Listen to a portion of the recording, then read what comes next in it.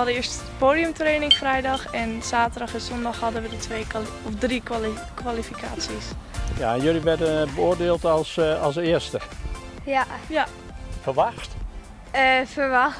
Ja, ja. Dus zo eigenwijs zijn jullie wel. Nee, maar we trainen er natuurlijk ook heel veel voor. En als we gewoon goede oefeningen hadden gedraaid, dan moest het wel goed komen. Jullie zitten in de Nederlandse top natuurlijk.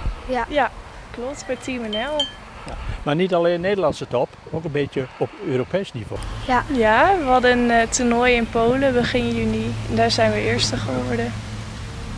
Dus dat was heel erg leuk. En straks gaan jullie naar Portugal, want daar is het wereldkampioenschap.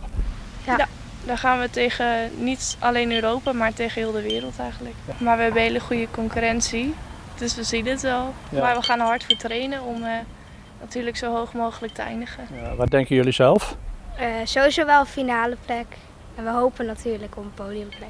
Ja. Hoeveel zitten er in de finale? Hoeveel teams? 8, Ja, denk ik. mogen 8 door. En daar doen denk ik iets van 20 landen mee, misschien iets meer.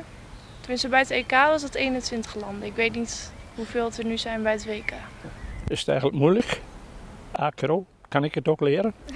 Ja, kan best, maar het is wel veel trainen. Ja, dan moet je wel veel kracht en lenigheid.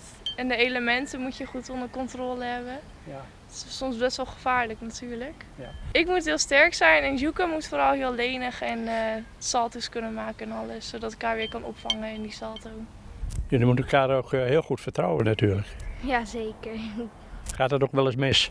Ja, soms wel, maar dan moet je niet één iemand de schuld geven. Nee. Dan gaat het alleen maar fout. Jullie hebben geen ruzie. Nee. Nou, ik zou zeggen heel veel succes daar in Portugal. En we horen wel of jullie een prijs hebben gewonnen straks.